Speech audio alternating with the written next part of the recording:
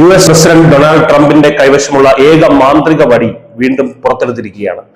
തീരുവ, പണപ്പെരുപ്പം, വ്യാപാര കമ്മി എന്തിന് അദ്ദേഹത്തിന് മുടി ശരിയാക്കാൻ പറ്റാത്ത ദിവസം വരെ ട്രംപ് പരിഹാരം കാണുന്നത് ഈ ഒരൊറ്റ മാന്ത്രിക ടൂളിലൂടെയാണ്.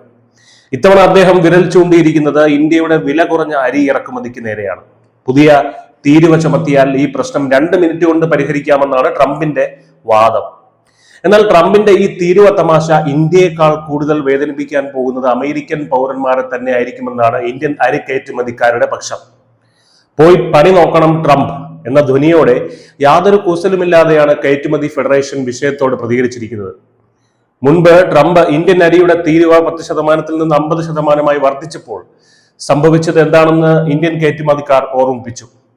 അന്നത്തെ കണക്കിതാണ്: തീരുവയ്ക്ക് മുൻപ് 10 പൗണ്ട് അരിക്ക് $13 മുതൽ $14 വരെയായിരുന്നു വിലയെങ്കിൽ തീരുവയ്ക്ക് ശേഷം അത് $18 മുതൽ $19 വരെയായി ഉയർന്നു.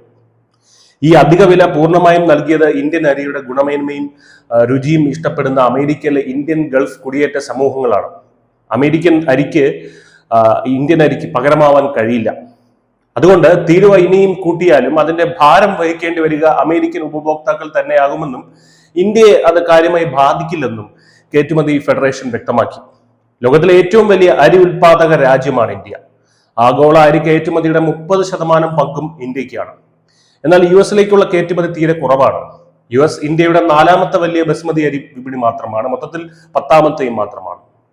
2024 US കയറ്റുമതി വെറും $386 മില്യൺ മാത്രമായിരുന്നു. ഇത് ഇന്ത്യയുടെ മൊത്തം അരി കയറ്റുമതിയുടെ 5.2% മാത്രം. സൗദി അറേബ്യ, ഇറാഖ് എന്നിവരാണ് ഇന്ത്യൻ അരിയുടെ പ്രധാന ഉപഭോക്താക്കൾ. അതുകൊണ്ട് US നിന്നുള്ള പിന്മാറ്റം ഇന്ത്യക്ക് ഒരു തലവേദനയേ അല്ല.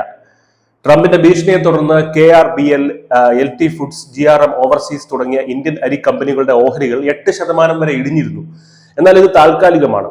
ചുരുക്കത്തിൽ ഇന്ത്യയുടെ സന്ദേശം ലളിതമാണ്: നിങ്ങൾ തീരുവ ചുമത്തിക്കൊള്ളുക, അത് നിങ്ങളുടെ പ്രശ്നം മാത്രമാണ്, ഞങ്ങളുടെ അല്ല എന്നുള്ളതാണ്. News desk, news India Malayalam.